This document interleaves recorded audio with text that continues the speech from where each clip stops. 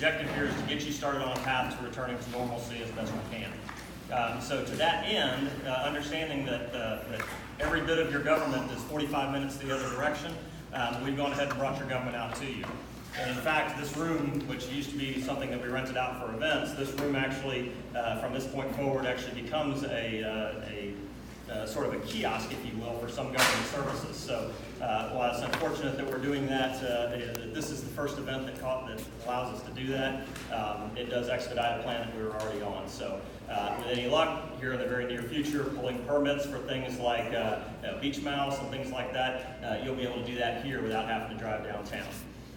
So again, my name is Doug Underhill. I'm your county commissioner. We brought out a couple of staff members here, some of your high-level staff members. We're going to talk about what our processes are for getting you back to normalcy, and then also what things we're going to be able to do to expedite that and waive it. So the directors that are here, please go ahead and introduce yourselves and your departments, please. So first of all, I want to say sorry about what happened, but we are very thankful that there was no lives taken. And we're here to work with you as you go through this process. My name is Horace Jones. I'm the director for the Development Service Department of Escambia County. My number is right now, because you can call me anytime, you can email me, even on weekends. Call me, it's important, I want to hear from you. 554-8210. Again, 554-8210. And let me introduce a couple of staff members I have with me. Mr. Terry Williams. I'll be saying his name a lot tonight. He's the front county supervisor. His staff is the first staff you're going to start with if the land is vacant to be built. You got to get the land right, zoning, setbacks. He's the first one, and this staff you'll be contacting. Again, I got here with me Mr. Andrew Homer. He's my left hand and right hand. That's Mr. Andrew Homer. If you can't reach me, you definitely can reach him. Then I have with me Mr. Juan Lemos. He's a senior planner. He works directly with Mr. Harry Gibson with floodplain. He's certified. He's a certified floodplain manager. So we all work together, but we're here to help you. Hi, my name is Tim Tallard. I'm the building official for the county. And first of all, I want to say how sorry I am for what happened to you. I can imagine what you're going through. And I have some staff here. Harry Gibson is the floodplain manager. And I believe you are in a floodplain, so that's why I brought him. Also my aide, Jennifer Hampton, and she keeps me straight. And I don't know what I'd do if I didn't have her, so, and she will remind me of things I should have done. So, but I also have a phone number if you like it, 554-4059. 554-4059. I also have some cards that you can have. But we wanted to come and talk about the building side of it, the permitting and reconstruction. Try to make it as easy as we can. We're in Florida. There's a lot of requirements. The state hands us those requirements that we have to enforce. But we are happy to help you through them and answer any questions. Did everyone get a packet? Everyone get a packet? Okay. And I think we made 30, Yeah. I believe. Did everybody, we also brought presents. Everybody get 11?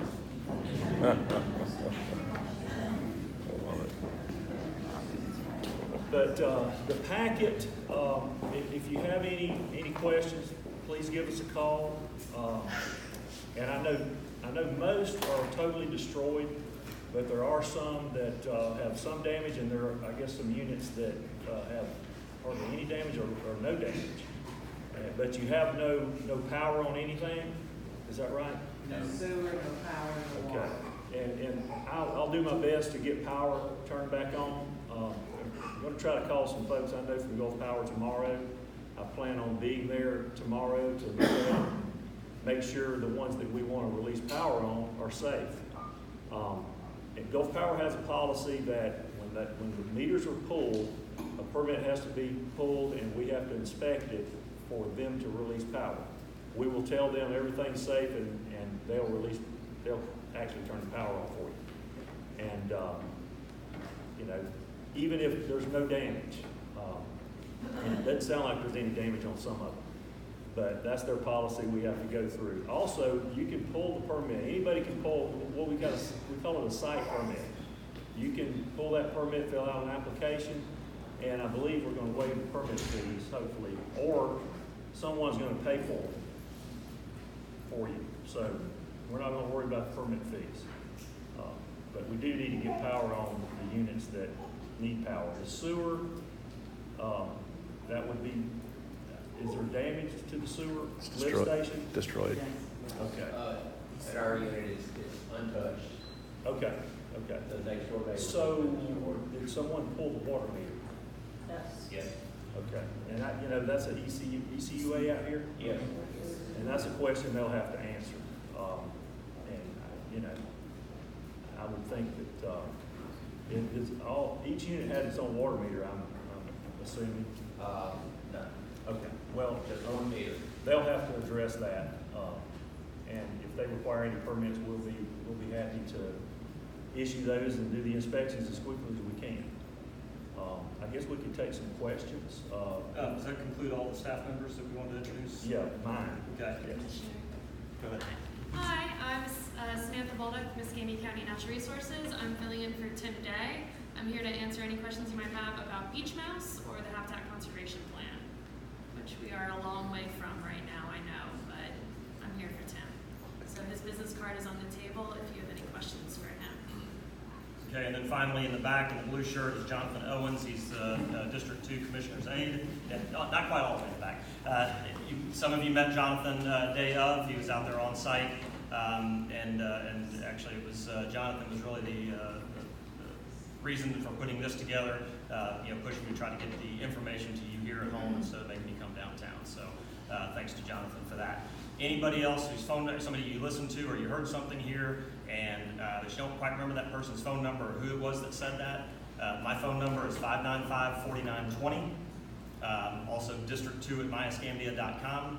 You'll get me or Jonathan, probably both, and we'll be able to direct you to whoever it was that said, who you're trying to get in contact with. So Tim kind of touched a little bit on trying to return to normalcy for those whose units were not destroyed. Before we can get the water turned on, obviously we'll have to have that water service capped to the destroyed units. So that will need to be initiated by the homeowners associations of the two buildings, the two complexes. Once you make a determination that you're ready for that to come on, as Tim said, we oftentimes waive permit fees and inspection fees in, like if there's a tornado or things like that up in North County, it fairly commonly happens. One commissioner doesn't have the authority to do that, so I can't promise that we're going to waive those fees. I believe that my peers will probably support me on that and will waive fees for it. In the event that they do not, then we'll just go ahead and cover these fees out of the Commissioner 2 discretionary fund. I know it's a small amount of money, but sometimes just a little bit up front makes a difference in trying to get you started. It's that first and second step of the journey that are really the hardest to do. For those of you whose buildings you believe should have the power turned back onto them, they feel like they're safe, just go ahead and come and get with Tim, pull that permit, and we'll get with Gulf Power and get your power turned back on as soon as it is safe to do so. So for those that still have, whose structures are still standing and possibly still livable, any questions on any of those things? On how to move forward with that? Yes, ma'am. In Key Harbor, we have some buildings that are standing, but all have sustained extensive smoke damage, and some have sustained water damage also. So I think what we might need to do is come and speak with you on an individual basis about those units. Sure. And they haven't been inspected. Okay. And we do have one water meter and the lifting station, we don't have anything conclusive back on it yet. So maybe we can set up an appointment and come and talk. Sure, of course. It's important that you be very diligent in that inspection. Oftentimes it doesn't, you think, well, maybe this isn't damaged or it's not so damaged that it's a demolition. For those, you as the homeowners really have to be, if demolition of the remaining units is your objective, so that you can come back with new modern construction, you'll need to be very diligent working with Tim to be able to get to that point. And you can be fairly certain that insurance companies are going to be probably not very keen on that. But we will be able to do, we can do those inspections and really identify the damage that is done, so that some of that, doesn't show up 10 years down the road. Okay? But each of you as individual homeowners will have to really communicate your intention with Tim. The government is not going to come in and say, all of this is condemned and it should be destroyed. That would not, that's outside of the scope of our authority. Any other questions for those remaining structures? Just one Yeah, more. go ahead. The units that are standing, they would be required to be brought, in code then also? Not as a necessarily. whole? Not necessarily. If there's damage and you need to repair it and a permit needs to be pulled, it depends on the amount of damage. We have the existing building code, existing building code that covers that. You have to categorize how much damage there is. And new construction, anything that's new has to meet the new requirements. But existing, it is something that we don't have the power to keep you out of anything. We're just there to issue permits on the work that you want to do to make sure that's okay.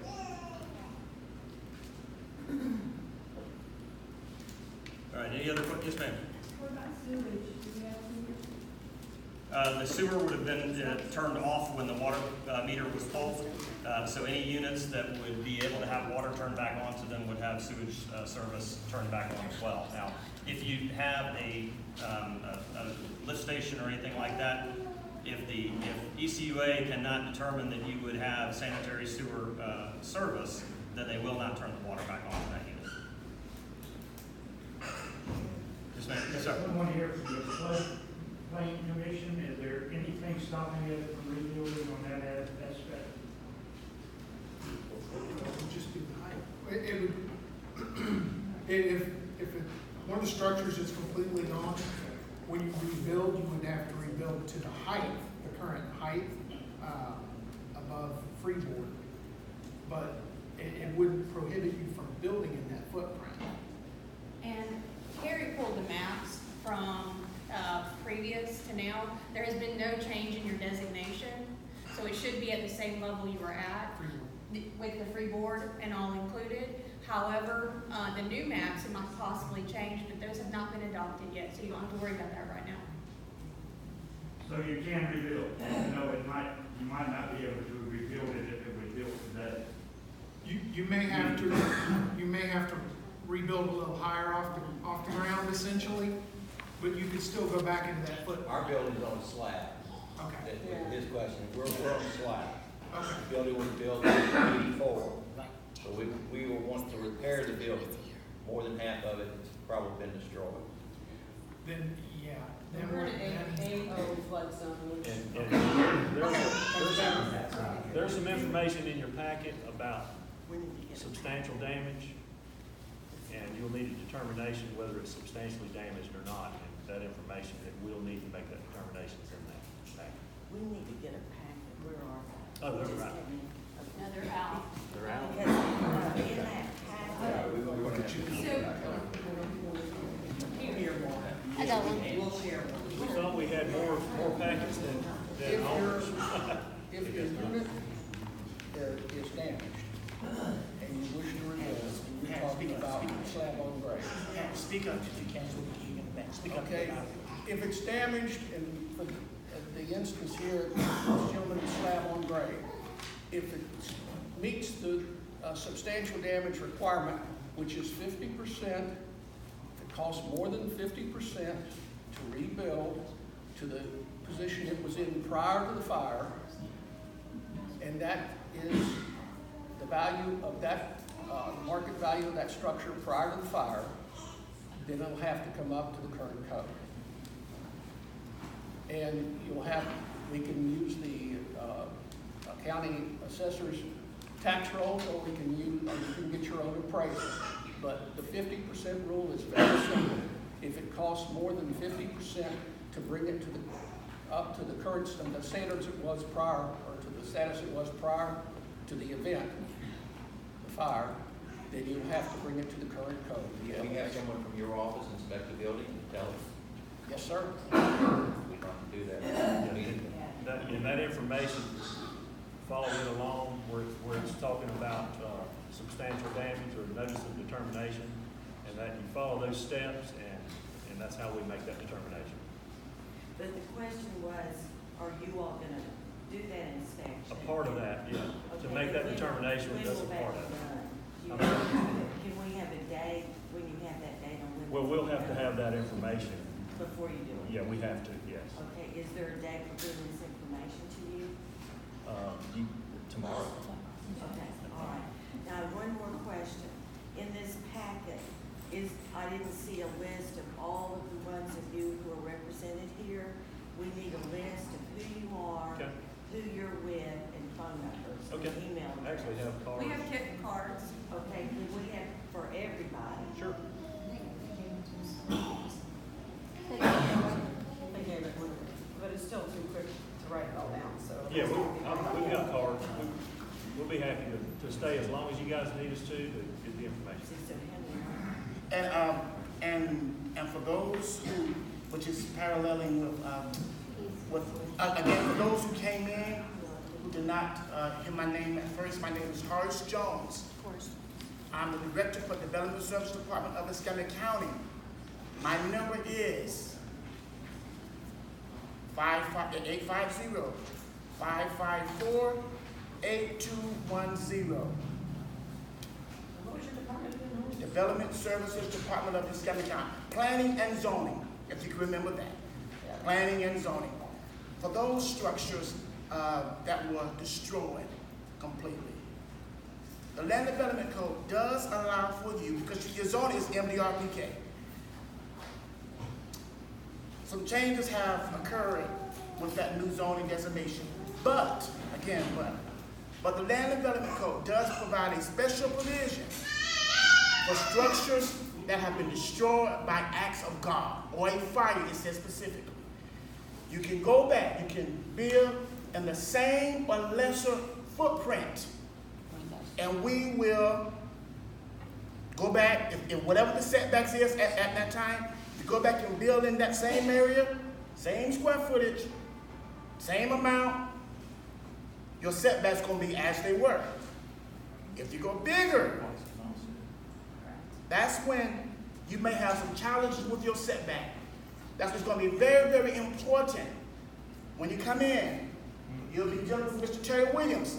It's his department. I'm his supervisor, I'm his director, but he's the front counter planner. He's the one that, him and his staff, I want to start rebuilding or rebuilding. Make sure you bring in a good site plan. A good site plan showing your existing structure, setbacks. We have samples of all of that. We will work with you. Now, the Land Development Code also allows me, it gives me some, it says, let me read it specifically. Now, can I read it specifically if you don't mind? So, it is found in section, Article 1 of the Land Development Code under nonconformance, and it says this. Loss of nonconforming status. It says this. When a nonconforming building, because this project, and I found some old plans way back in 1983. The ink is disappearing. It says, when a nonconforming building is destroyed by fire or other causes or by acts of God, its restoration to the same or lesser gross floor area is allowed when conformance with the current LDC, site and building standards. To the extent possible, hold me to that, to the extent possible. It goes to say, as determined by the planning official. Right? That's me. So I will work with you to the maximum extent possible. But you got to work with me so I can be able to make those discretions if there's some issues with the setbacks. But it's got to be the same or lesser floor area. Yes, sir. You said you had a copy. Is that the Key Harbor footprint that you have a copy of? With disappearing ink? Okay. Yeah. Okay. Is it possible to get a copy of that, or how would we go about getting that duplicated? I don't mind sending it to each and every one of you, but again, It's the best we got, right? Yeah, it's, And that's cool, I appreciate yeah, that. I don't even know if there's any dimensions on it, but we can definitely. But it was already, it was accurate once, so it'll be accurate again, right? So what we'll do is we'll digitize that, Thank make you. a digital copy of it. I'm assuming there should be emails on the sign, you're leaving your emails on the sign-in sheet there. Any homeowners that you know of that are not here, please share that with them and we'll get that out to them. Absolutely. If you do not have your, go ahead. You can email it to me, I'm the property manager for both properties. Okay, so, I can get it to them. okay, so we'll send, that's probably the easiest way, since she has all of your email addresses. And quite frankly, putting your email addresses in there makes a public record and may not want that. So we will send those to the homeowner's manager for both properties, and then she can disseminate those. Again, though, if you don't get them in a timely fashion, if you get left off or fat finger the email, just contact my office or Horace, any of these other guys, and we'll make sure you get a copy. What would that timely manner be? Next 2 weeks, 3 weeks? What are you I don't see thinking? any reason why we shouldn't have them to you by the end of the week. Okay, cool, thank you. This process is gonna take long enough. You don't need me getting in your, and Absolutely. our process is slowing you down at all. I appreciate it, thank you. So we'll work on that. So a couple of things though that I wanted to cover on, that rebuilding back on the same footprint, that also applies to the equities from the Habitat Conservation Plan. So you won't have any, if you're right with Horace on that, then you're also gonna be right with the Beach Mouse and Habitat Conservation Plan stuff. I wanted to speak, I'll come to you in just a second, sir. Also want to kind of kick the podium a little bit on this substantial damage. Your insurance company is going to come out, and they are going to come out and do an assessment of it. Now, Jonathan and I just left over there. Quite frankly, most of them are going to be very clear that they're substantial damage. If you are anywhere in that in that close to 50% range, understand that the assessor who comes out on behalf of the insurance company works for the insurance company. Okay? May well come up with a very different number than an assessor who was hired by you working for you. When we lost ours in the flood of 14, the difference in percent damage between the insurance company and a privately hired assessor was about 24%. Theirs was much lower. So the county will come out and do an inspection as well. If there is a dispute between you and the insurance company about how damaged you are going to need all the ammunition that you can get. Certainly having the county come out and do our assessment is one thing. The money spent on a private assessor who's there to protect your equities, that's money well spent. So I'd strongly recommend that you consider that if you have any disputes about the insurance company's assessment of your percent damage. Any questions on that? Okay, yes sir. First question was, on here we're looking at the damage repair, it's going to be filled out by a contractor. Are we okay with just doing one? Are we going to need multiple to show you guys cost-wise? You're talking about for the substantial damage determination. Contractor, there's an itemized list, is that what you're talking about? Yes. And that's the amount of repairs, in other words. Right, but we only need from one contractor? That's correct. Okay. One contractor, licensed contractor, and then we will have it, and we'll have we can use the property appraiser's figures of the value of the structure before the damage, or you can hire your own appraiser to evaluate what it was worth before the fire. And if those repairs are 50% or more of what it's worth, then it has to be brought up to code, but if it's less, it can stay at the same level. And with the county inspectors coming out, when can we're at a test door, I've seen next door, but when have you guys made a plan already to come out here, this week, next week? Well, we're happy to come out anytime. I don't know what we would be doing unless it was a permit full and we need to do an inspection. But the information to make to do the notice of determination is estimate from a contractor of what the structure was worth at the time the fire happened. And we can make that determination from that. And also, too, and I know that would, in other words, that we would issue a notice of determination if it's substantially damaged or not. And I know most of y'all know, so I'm gonna know what I'm saying, because you never know. Tim and Jennifer, building space department, says licensed contractor, that's critical. Yes. You may want to check with Tim and Jennifer, copy of their license, their credibility with the county. They have a listing of all that. Because in events, people start showing up. So make sure that you check with Tim and Jennifer on that. In your packet, we've done an outreach program, making sure that your contractor is licensed. You'll see some of that in there. It is extremely important that you make sure they're licensed. We've had too many cases where, like Horace said, they come in the aftermath of something like this and they prey upon you. And we don't need that. You've been through enough. Escambia County has a very aggressive attitude toward non-licensed contractors. Those are the worst of the worst. So if you feel like you're being potentially victimized like that, absolutely, we are here to give you that level of protection. So please do not hesitate to call. And hey, if you think, well, I don't know if this guy's really, he gave me some paperwork, it kind of looks good. There's no harm at all in asking us to look at it and verify it. Excellence invites scrutiny. So the guy who doesn't want to be verified, run away from that guy. So hang on just a moment, John. My question is, in your package, because I looked at it and we've never been through this, is there any kind of standard procedure from point one to point, item 1 to item 10, which puts us back in the unit and complies with y'all without us having to try to all figure it out? As far as what you've been saying here, that's fine, but now we gotta go back to our little corners and try to figure out what the hell y'all said. And So I'm just asking, is there some kind of agenda that tells us these are the steps that you should take, A, B, C, D, down through, and all the way to occupation of the unit again? Yeah, the first page kind of narrates most of that, and you get to the end and it says we can issue a permit when the drawings are approved, and then the inspection process starts during the construction phase. But you'll see also that we can't issue a permit unless the other agencies have given us approval too. For example, development services. But there's a kind of a progression of what you'll have to do on that first page. Yes. Because I'm looking more like an item list. And it's, completed permit application with drawings that we review to meet the building code, site plan, plot plan, all that's included in that. And then once the plans are approved, then we issue permit and inspection process starts, depending on, the construction process. We have certain inspections we have to do at certain times.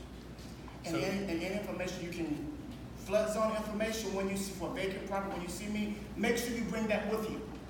When you're ready to start, because I have Mr. Juan Lemos, who works directly with Harry Gibson, we're gonna start putting information inside the system, computer system. So to start moving, bring all your flood zone information with you so that we could, and if there's any questions, we'll start looking at it, we'll get Mr. Gibson involved. At that time, it's almost like a one-stop shop. But the more information you bring to us, the more we can better keep this process going as expeditiously as possible so you won't have to run around.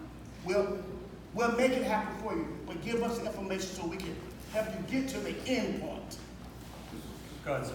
Go ahead, you follow. Just one more quick follow-up question. Since there's so many people involved here, how's the timeline of one person's unit going up versus another person's? Great question. Perfect question. Exactly what Because these are townhouses. Yes, we are. And they're individually owned, they have property lines. Land, And yes. it's, I would say you have a homeowners association, that's where you start, try to get on the same page. I'm sure you want them to all look similar. That's a great question. I'm just talking about will one permit hold up another permit from being accelerated? No. they will not. No.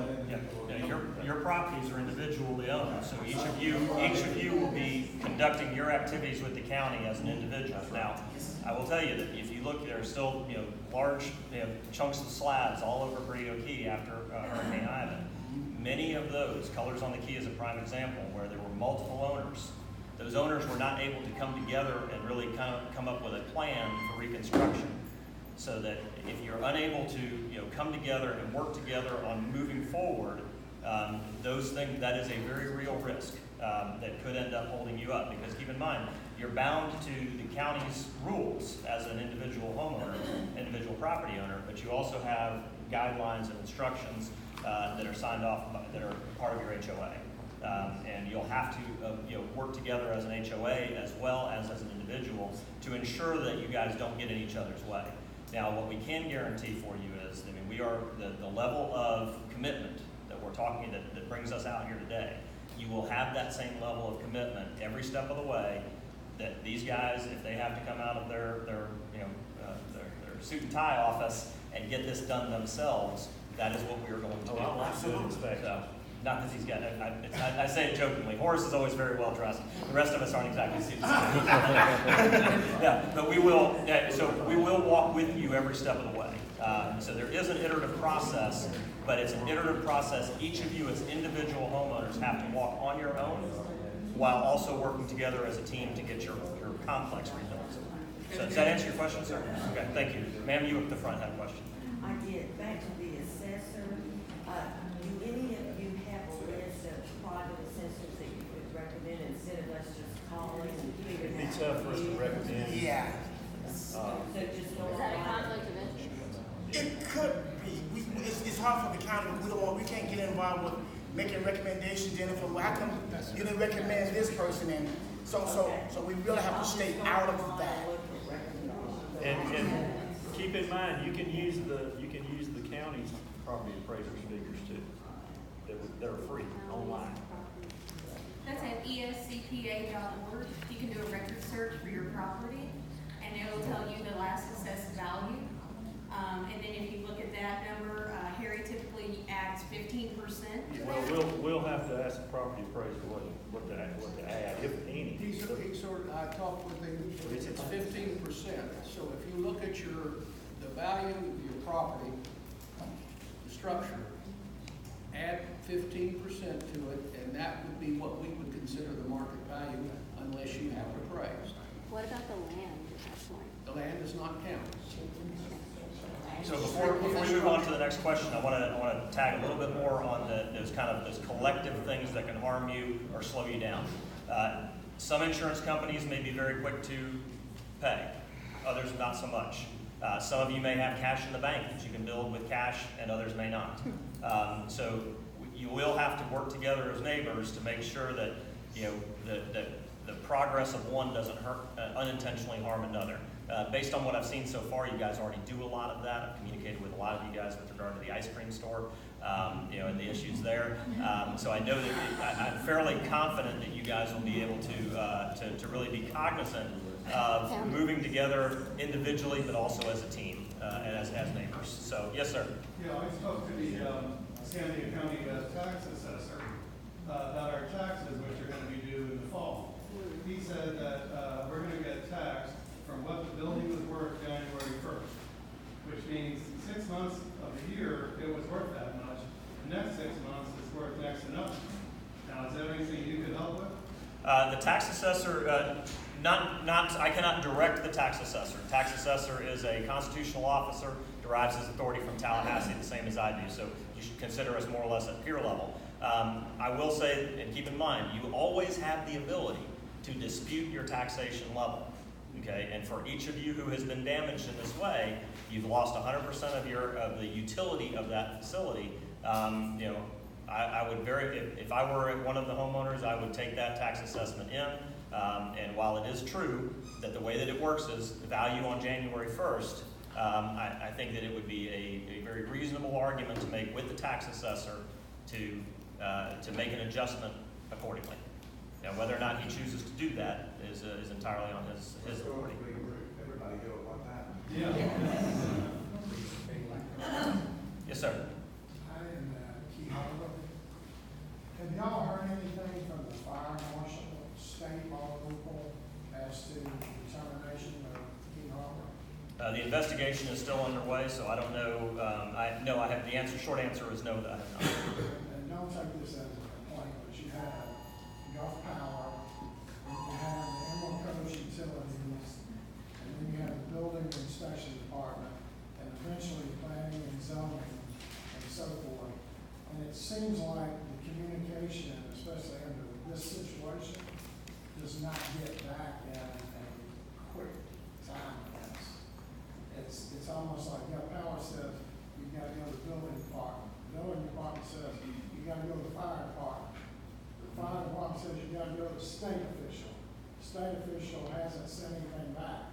And I'm only saying it from the standpoint that right now and going forward, Gulf Power never went out there to give the building department an idea of where those power lines run and what is the most efficient means of getting us back to either the lift station or temporary power or anything power-wise. So my question is, I know that y'all want to help and as quickly as possible. How do we circle that tent and get it? Can I speak? I actually spoke with the fire chief this afternoon that was on property day of event. He is to come out and to visit on the property, he said Thursday and Friday, and he will be checking the units that were not damaged. He does not have, the report back yet to his office. He said that he had not even been notified that the investigation was complete. That the verification of the letters that you were sent out yesterday, I believe, that's all they could release for now. He is gonna do his best to try to get that information to us by Friday for the fire report. So we'll be, as soon as we have that, then we recognize, then that allows and enables us to start moving as well. Again, this is one of these things that we cannot, the government's kind of like a vampire, right? You have to invite us into the house. You'll have to pull those permits requesting for that power to be turned back on in order for us to come and do the inspection. The permit that you would pull for those that have your home still standing is an electrical site inspection. You can pull it as a homeowner. It's a $63 permit. I know they've talked about waiving and different things, but it's a $63 permit. Y'all can come see me tomorrow if you want. I will issue the permit myself.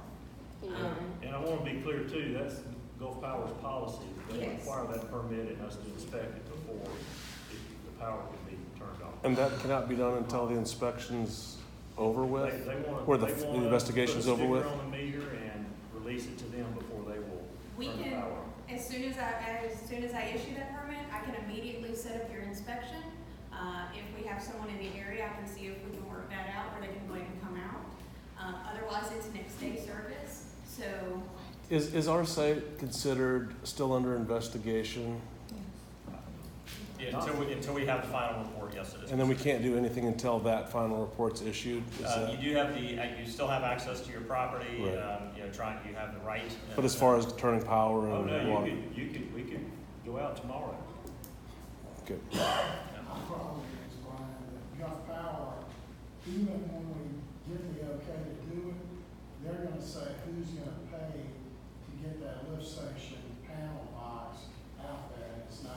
We hired an electrical contractor 4 days ago to come out and pull the permits, and he's run into problems with the county.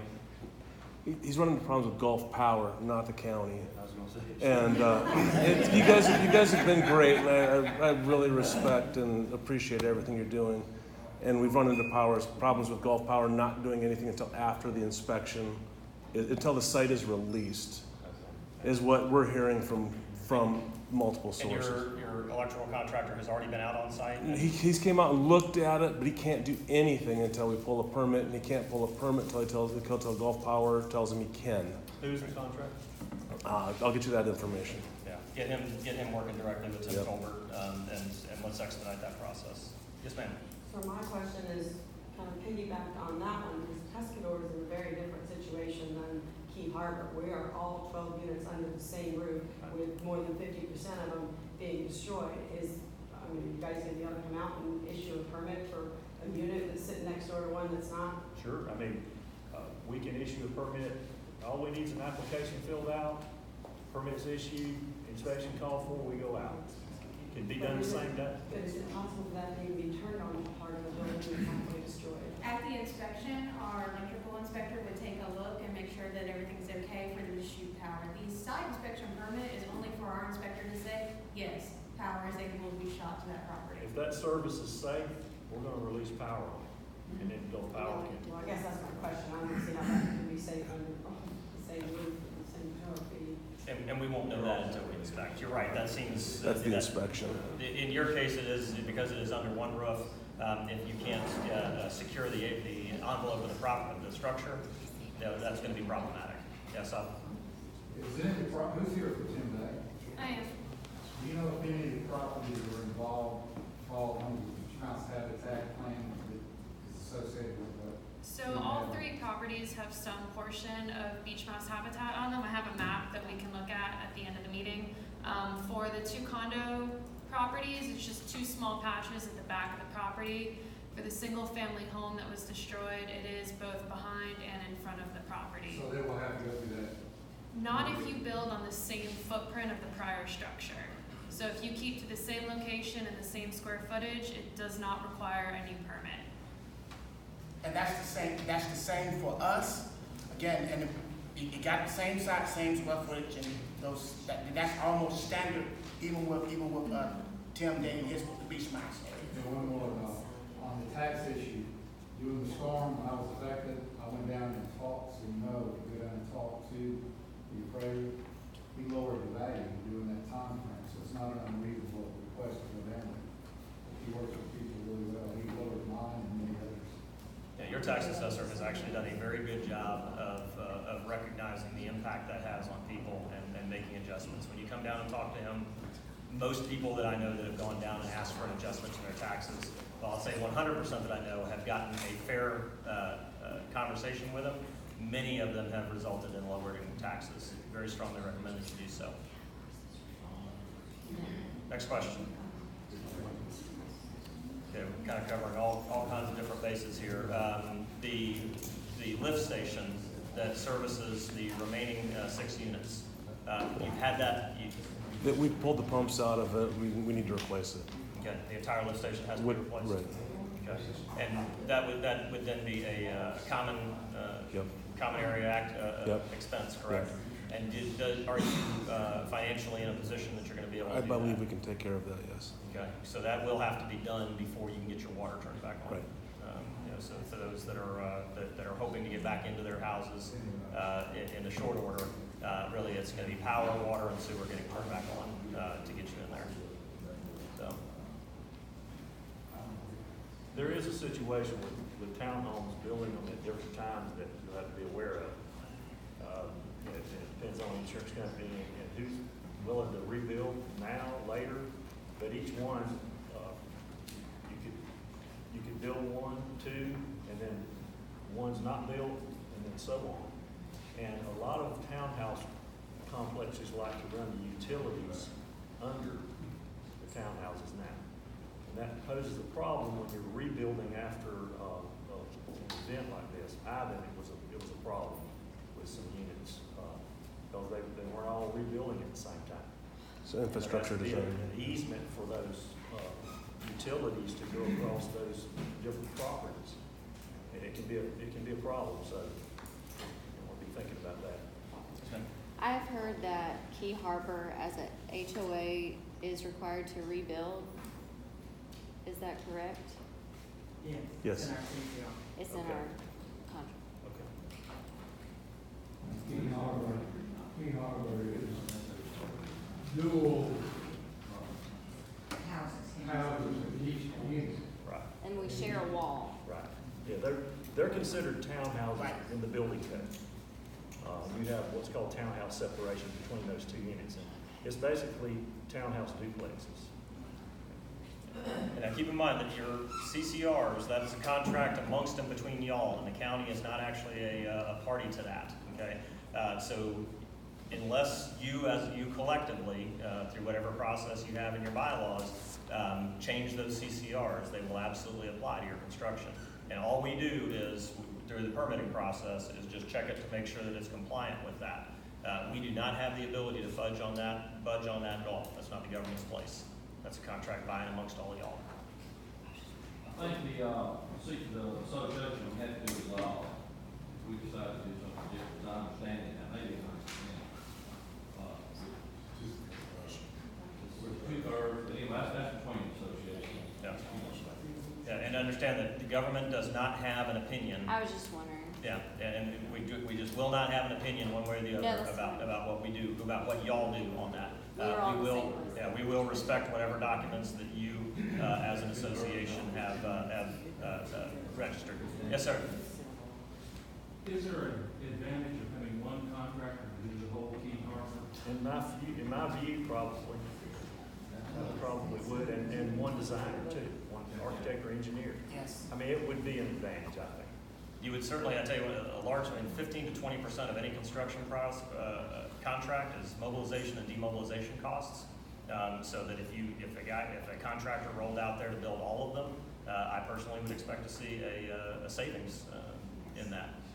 But again, that's going to be very much dependent upon y'all's ability to work together on that. I'm sorry? He can work with you in permitting and things. Oh, sure. Yeah.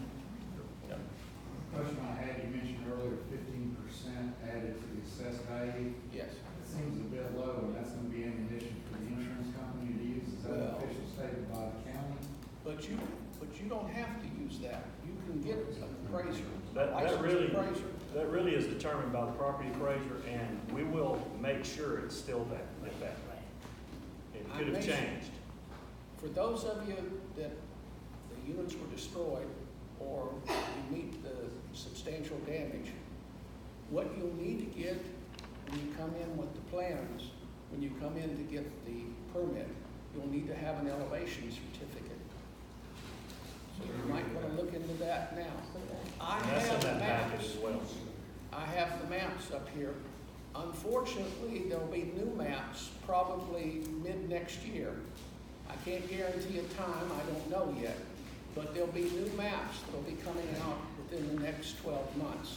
I have the new map and the old map here for you, if you'd like to look. Your units basically are AO1s and right now an AE7s. The new map will change that to everything will be an AE9 or 10. If you have, I don't know if I'm confusing you or not, but any of you that would like, I've got the maps up here. Yes, sir.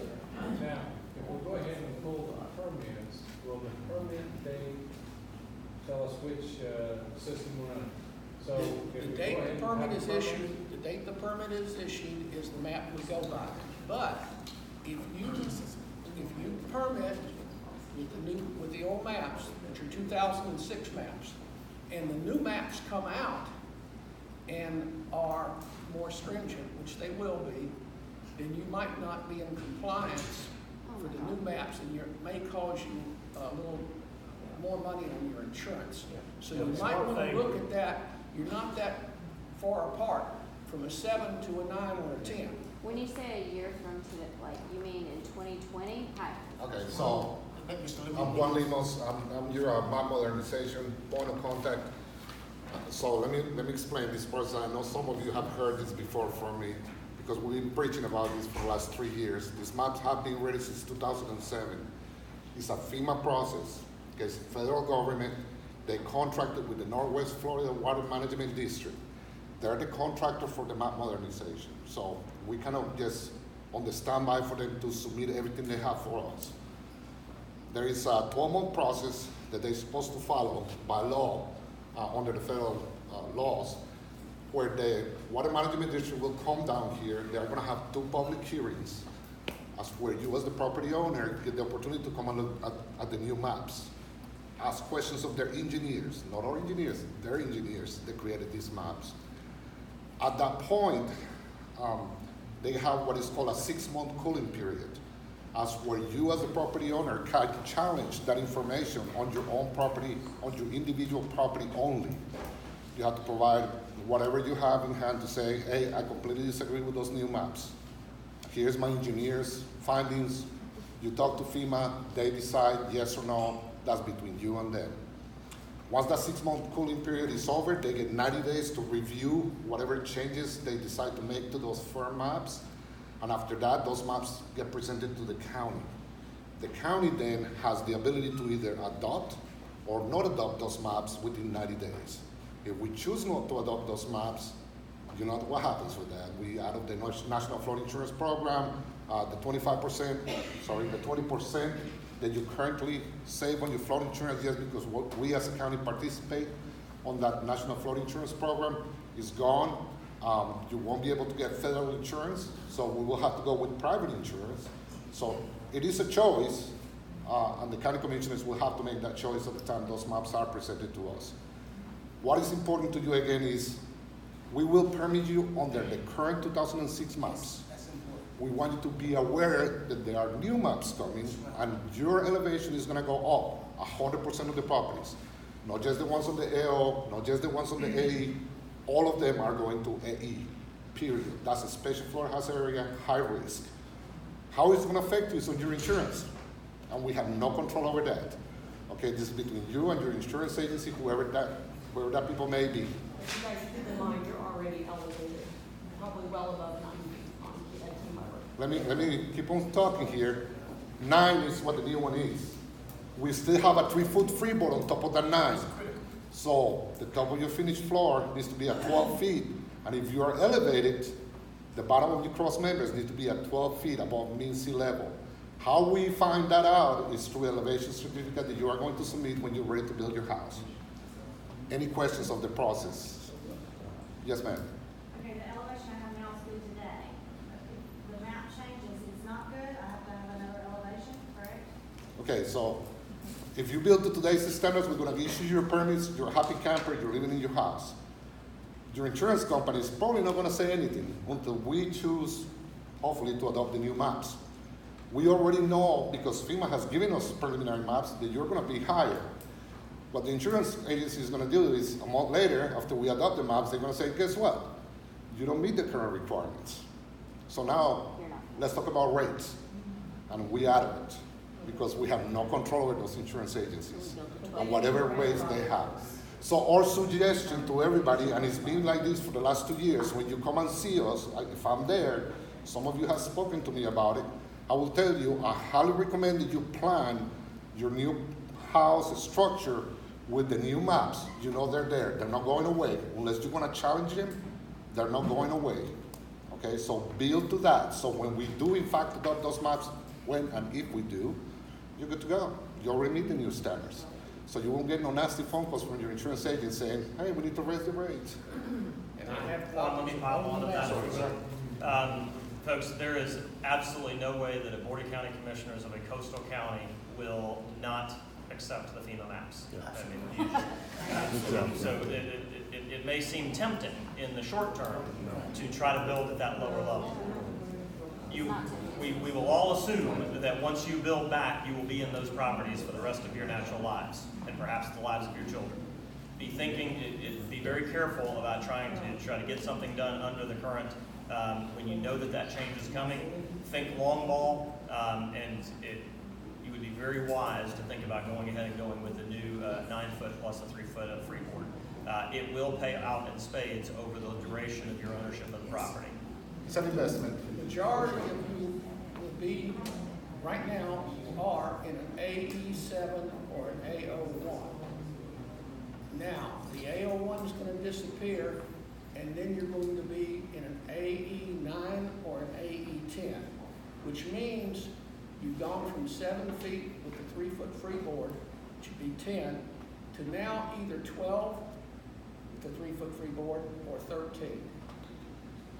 Does that include the freeboard, Yes. the 12 or 13? Yes. 9 and 10 plus the 3-foot freeboard. That's what you'll get an elevation certificate to determine. That's what it will take. Yes, sir. How does this affect those that are still standing?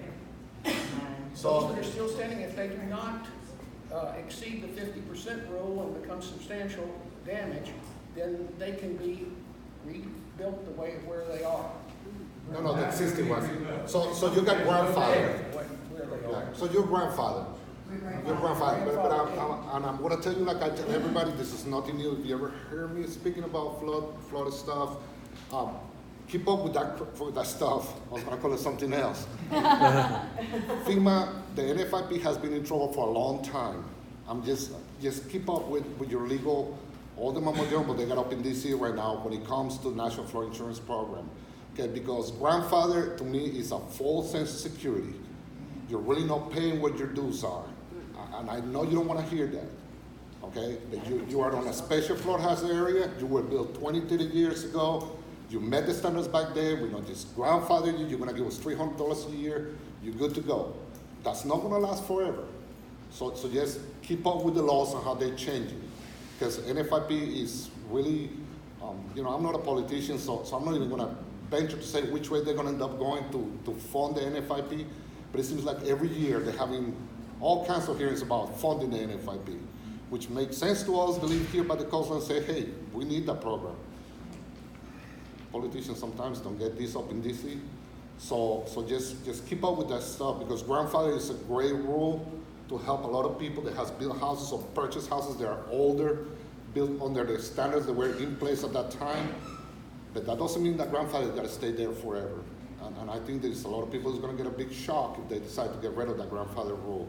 And they have been talking about it for the last 7 years that I've been doing a lot of these research on the. Which is to say that those structures that are still standing, once the new structures are all built, the 3 feet higher, the flood insurance on those new higher structures is going to be considerably lower than those that are at the grandfathered rate. You can, while you're grandfathered and that you're allowed to continue to live there, but you will end up paying more over time with absolute certainty. Yes, ma'am, in the green. Did you have your hand up? I did have a question.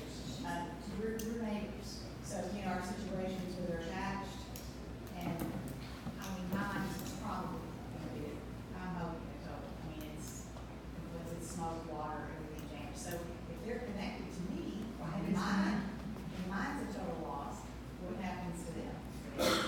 There's property line between each unit, and it's treated as a single-family dwelling. Someone can tear theirs down right next to you before the fire. If they want to demo it, tear it down before the fire, there's just a space there.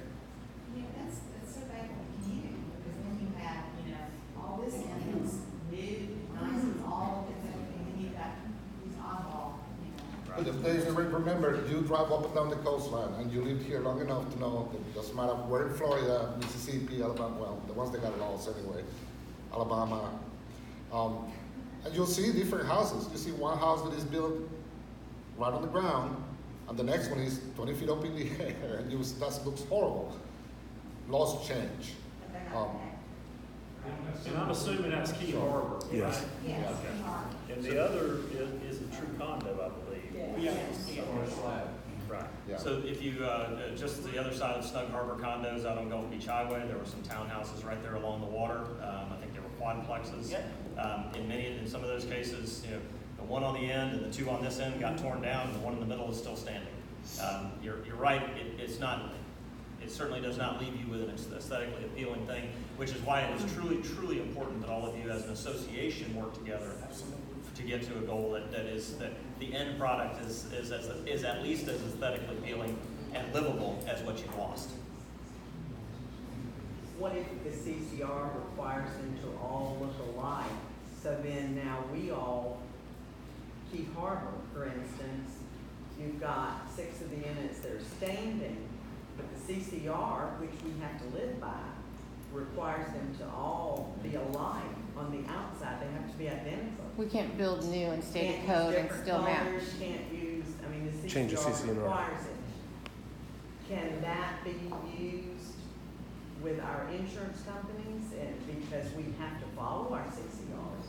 Yes, I think that I would absolutely use that as an argument in that you have an obligation to, because there are some that remain standing, we cannot issue a permit that is in violation of your CCRs. Right. Okay, so if somebody comes in and wants to build something else, even if it's phenomenally nicer, in their mind or maybe in everybody's mind, it has to be in accordance with the CCRs. So anybody, the contractor it's not just a matter of X number of square feet is worth this much money on Perdido Key. It has to be in accordance with all of the constraints that exist on your property. So that may help us. That may end up helping us that that's in the CCR in order to do a whole new. And keep in mind, you own that process.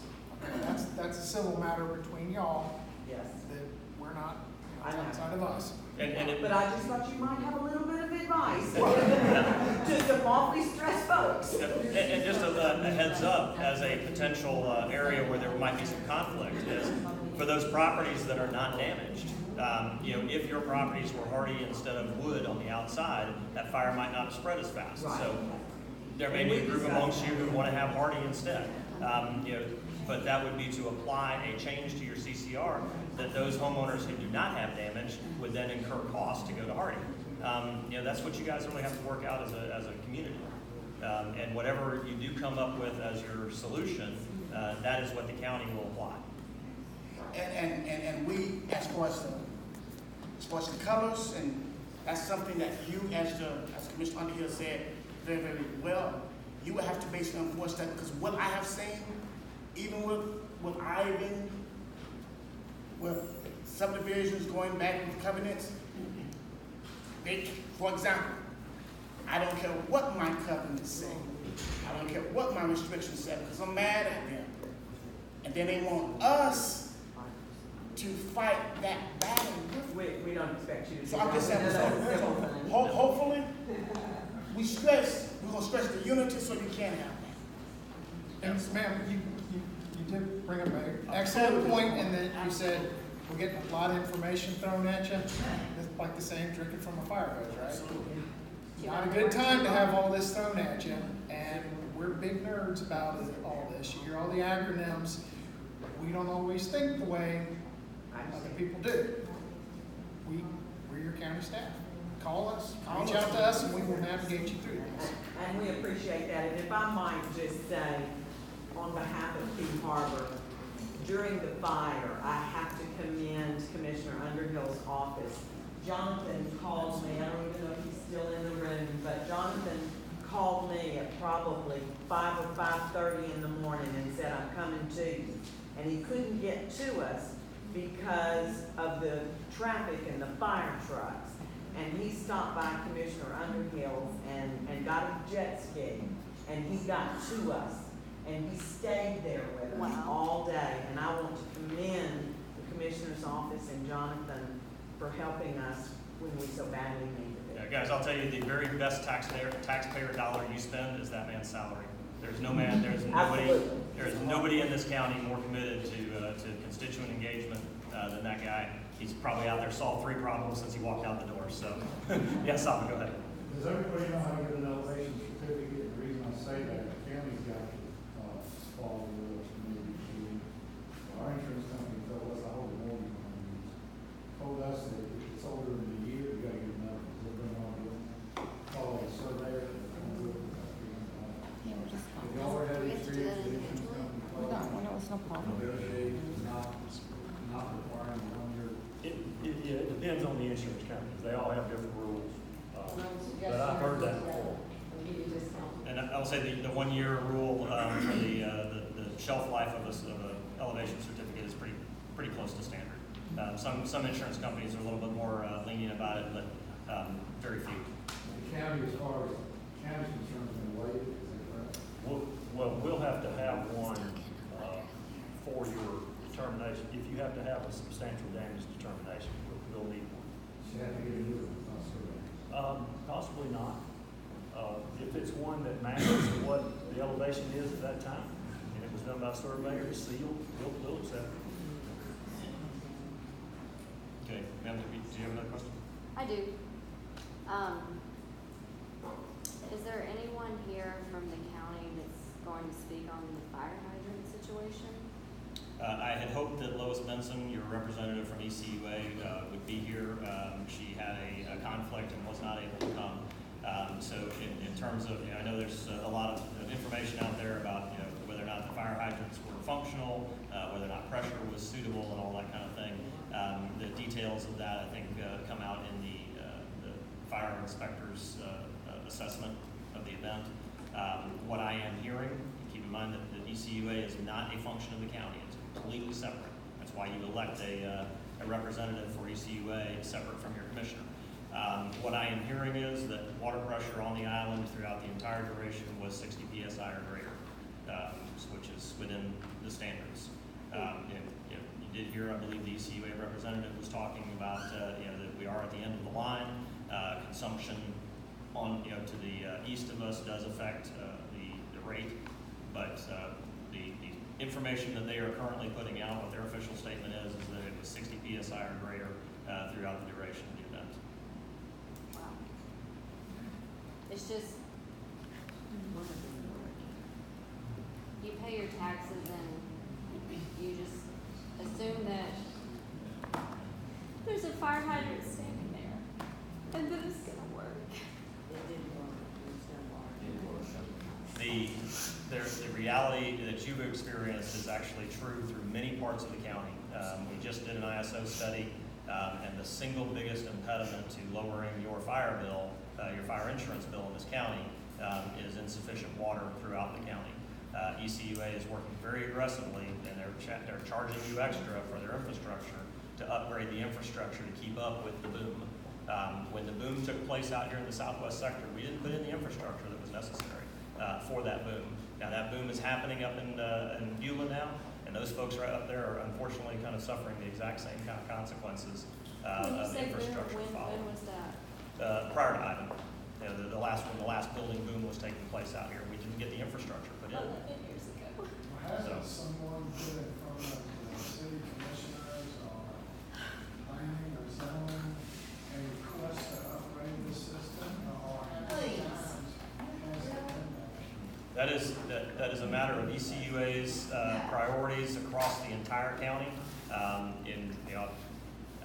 can only tell you that we should absolutely be lobbying for that as hard as you can.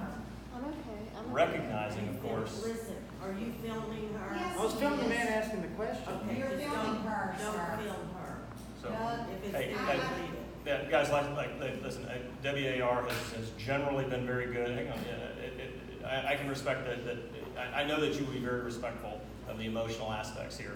And you know, these guys have always been very good about that I'm okay. in prior issues. Okay, So, I'm but yeah, Thank you, sir. I'm okay. so, but again, you know, ECUA is very much behind the power curve. And if Lois was here, standing here, she and I do a lot of town halls together talking about that very thing. There is a lot of decayed infrastructure in this county and a lot of insufficient infrastructure in this county. Not at Pensacola Beach. Pensacola Beach actually is in fairly bad shape as well. Keep in mind, it's one of those things where it's oftentimes easy to look at others and say, well, they're getting it all and we're not. That paradigm is really just not true. We have a lot of infrastructure problems throughout the county, and we just don't have the robust water structure that we should have for the number of people who live here. And there's no question about it. You were the tip of the spear on that issue last week. Again, is when ECUA, when the fire assessment is done of the event, that will have the official statements in it. Those things then can be verified. Up until then, we're all really kind of reacting to the rumors, and there's very little value in that. And I know that that's very hard when all you really want is some Can I answers. say something? Yes, ma'am, Not please. all of it, I don't think is rumor, because they were standing right there. Right. No, keep in mind, many rumors are true. So, but until it's something that's a verifiable data artifact, there's very little that we can do with it in terms Will of the actually. fire inspection report automatically go out to each individual that's been affected? Not automatically, but we will make sure that they have it, and so that same method of them being able to distribute it to you, I assume that your managers have access to all of you. And you know, that stuff, that's just gonna be literally the minute it hits my inbox, I'm just gonna hit forward before I've even read it. So we'll get it to you. Yes, sir. The fire hydrant on the north side of the road in front of Hershey's did not have any pressure. I was within 50 feet of it the whole time of the fire, and the fire truck could not get pressure out of that pipe. For sure. That infrastructure is only 14 years old, isn't it? And I don't doubt that being true at all. Again, the ECUA and the water service, all of that is something that is on ECUA. They are very clearly looking at this. They recognize that it's something that people are going to have questions about. They are going to generate a full report that tells, that captures all of that and runs each one of those comments like you just made to ground and say, here are the facts as we know them. Where is Lois tonight? I have no idea. Does anybody know? What's that? Lois from the ECU. What's her last name? Benson, Benson. Do y'all know her? I know, but I don't know. I was just wondering. But she would be easy for us to. Get you in just a second, sorry. Now, she's actually very easy to get a hold of, and actually, I've got her email address here. I'd be happy to look it up and give it to you. Thank you. It's normally the kind of, hey, Jonathan, do you mind pulling her ECUA email address? So, all right, there was another question. No, Solomon, sorry. One of the issues too, I know what your position is on fire road, you made it clear. I feel the opposite, but I gotta tell you, the rule is they're supposed to provide a PSI at every one of those meters. They might can get one, your staff do the numbers, so far below. Like you said, we have to wait before it comes out. No, we're not trusting this to do as far as that. Okay, well, I always assume honorable intent from all until shown otherwise, so we'll wait. I personally won't be speaking to those data points until I actually have those data points in front of me. Yes, sir. You know, probably already answered this question, but just want to clarify. Who determines, like on Pesky, who determines who has to file determination of something damaging is 50% of the actual, is it our insurance company or? The insurance company will be looking for a notice of determination of substantial damage. And if you have one of those packets, there's information in there of what you need to gather to get to us to make that determination. It's pretty self-explanatory. And there's some examples of notice of determination and some other information, cost estimate sheets, different things like that.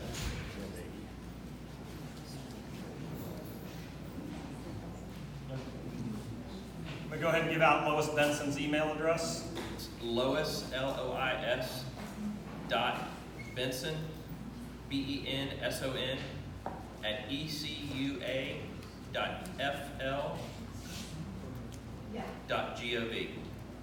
And that's Lois.BENSON at ecua.fl.gov. All the information that you're sending to our management company, can that be copied to another email address? Because they sent me 4 miles away for this meeting. Yeah, we were told this So I meeting don't was, have any confidence in their ability to communicate with us. all of us went there first. And we have an email, it's info@harbor8.com, that we can get distributed throughout our crew. The question is, can I send that, as I said, anything that comes into my box, I'm hitting forward on it. Okay. The question is, can I add any other email addresses to that? Yes. Absolutely, yes, I will. Thank you. So on the sign-up sheet, I'll make sure you have it. Just make sure that I've got your email addresses on there. Anything, any other information that Jonathan and I have, we'll hit forward and send it to you. Thank you. Now, keeping in mind, anything that I send you is exactly whatever I received. Yep. Okay, so you're not going to get a lot of editorializing on it or anything along those lines. We can, after you've read it and I've read it, then we can sit and have a discussion about what we think it means and what it means. But that's going to have to. I'm not going to chew through it and contextualize it before I pass it on to you. I appreciate that. So you'll be getting raw intel. Thank you. So the sign-in sheet that's on the round table up here, if you want to receive directly, then by all means just put your email address on there. Keep in mind, anytime that you give me your email address, it becomes public record. Every email I send you and you send me is a public record. Okay? Thank you. For the most part, I don't know of anybody getting a whole bunch of, Zimbabwe prints, having to hide some money, but it's always a possibility. So if that privacy is important to you, then you do have a little bit of an air gap by going through your I don't trust them, managers. so. thank you. Okay, next. Lots of bases here being covered. Okay, so realistically, some of the first things that you guys probably need to be addressing is those who could possibly get back into their houses. Let's get that solved. Obviously, your lift station, getting your water and power turned back on. That's going to help you with your cleanup. That's going to help you with your. We can do it the second we have clearance from everybody. Yeah. So, And then again, realistically, while it's maybe very tempting to try to build by the old standards, over time that's going to cost you. Unless it's going to fundamentally change the appearance of the place or fundamentally change your ability to enjoy your property, then the best advice that you could get is build to the new standards, new flood standards. We have roughly about 60 inches of rain in Escambia County every year. The last 2 years we have had in excess of 90 inches of rain. Regardless of who, I'm definitely not going to get into the argument of who's causing it, the climate's changing because that's what climate does. And we live on a barrier island, we live at risk. We take risk just to live out here. So perhaps one of the silver linings to this cloud is that you have an opportunity to build something back that will be more resilient on this island, for going forward for the next 40 years. So, anybody else, any other questions? Okay, again, please keep in mind, the county will not take over this process, nor will we be an impediment to your process. We have to be basically your force multiplier. We are here to try to expedite everything. If you have an experience at any office of the county that is not in keeping with the tone and tenor set here tonight, you have to call me right away, because that means that we're failing to live up to what we've said we're going to do tonight. And that's just not going to happen. So, it may well be that you end up with a staff member, that doesn't, quite perform to the level that you expect them to. Call me, call Jonathan. We'll make sure that the staff is not a part of the problem, but is in fact a big part of the solution. Yes, ma'am. One thing I kind of missed that, if you didn't get a package, is make sure you do switches here, Of course, absolutely. That would be great. I'm also gonna email that complete packet to Miss Jackie up here, so she can also blast that out to you as well in your email. Okay. Guys, there's been a lot going on since we brought Tim Tolbert on to try to streamline the construction, the way that construction is done here in Escambia County. One of the big things that he's doing is really getting to the point where every inspector is able to do multiple fields of inspection. Before, you had to call out for a plumbing inspector, and that was a different guy. You had to get Bob on Tuesday, and then it wouldn't be until Thursday or Friday until Jim could come out and check the next thing. We are streamlining. It was. I was a licensed general contractor in this county, and there's no other county on the Gulf Coast that was as problematic as it used to be here in Escambia County. We brought Tim in specifically for the purpose of cleaning that house, and he's done quite a good job on that. So please let me know and give him, challenge him to really show you that that is actually working. If you don't see that that's working, contact my office. Jonathan and I will get engaged directly. Thank you. Okay, any other questions as a whole? Okay, guys, we'll stay, staff will stay until, we got to lock the place up, so we'll stay until the last one of you leaves. And like I said, get started on those processes, and we'll do what we can to execute. Thanks for coming out, everybody.